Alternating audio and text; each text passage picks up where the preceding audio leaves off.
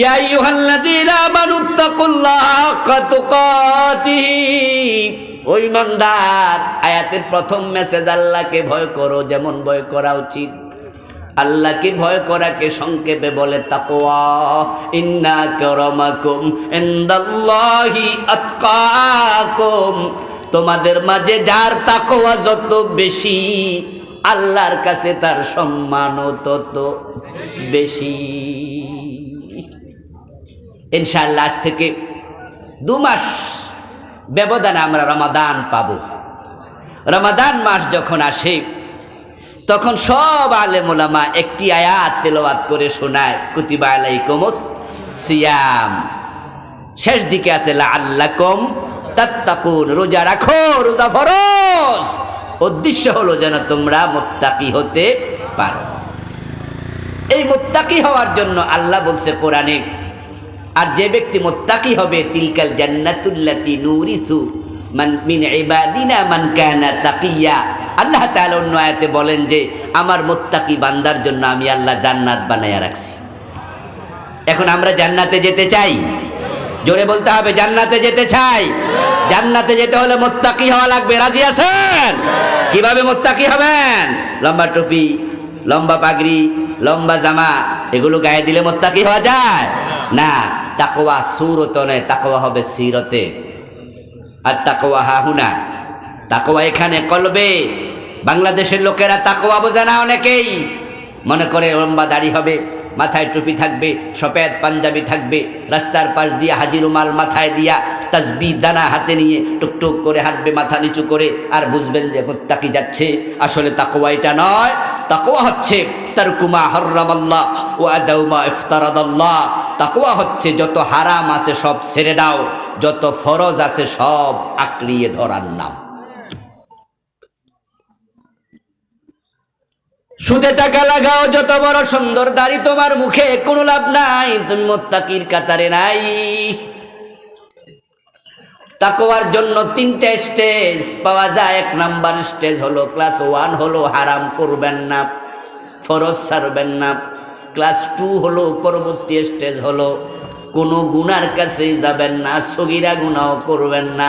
চূড়ান্ত স্টেজ হলো অন্যায় হতে পারে, গুনাহ হতে পারে, যেই কাজে সন্দেহ হয় ওই কাজও করা যাবে না। এই কাজ যারা, এই মানে যারা যায়, ওই মানুষগুলো হাসতে হাসতে আল্লাহর জান্নাতের মেহমান হবে। গুনাহ করবে না, গুনাহ হতে পারে, ওই সন্দেহজনক কাজও করা যাবে না।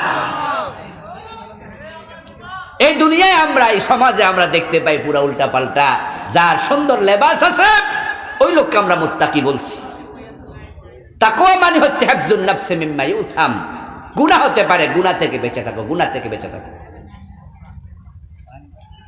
রমাদান আসছে, হুজুরের কাছে প্রশ্ন করলো, হুজুর ওযু করার পরে যখন আমরা কুলি করি ওযুর সময়, তখন তো ওযুর পরে থুতু ফেলি না, কেন থুতু ফেলি? যদি কোনো পানি গলার ভিতর দিয়ে ঢুকে যায়।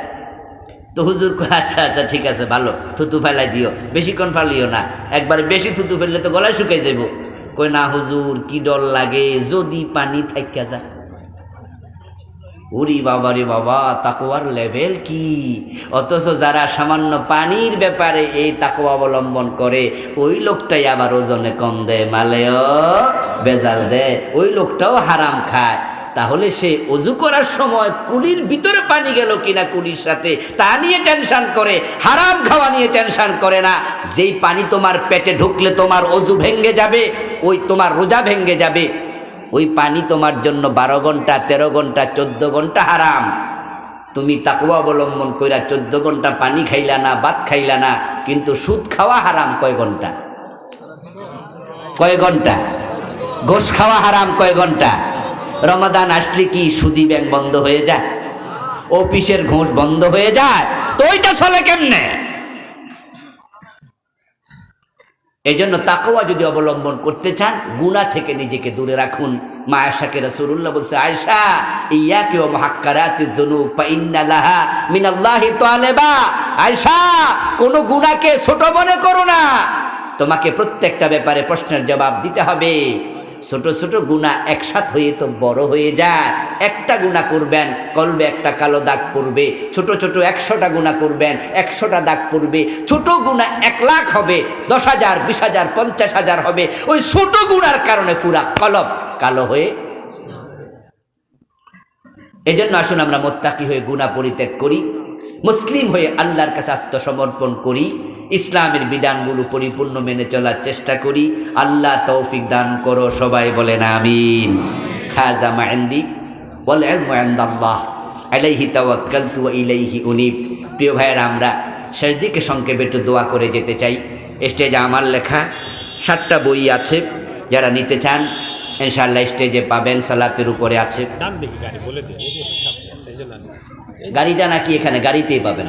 আরও আগে বলছিলাম তোমাকে, এখানে আছে, গাড়িতে নাকি বইগুলো আছে রাস্তার উপরে।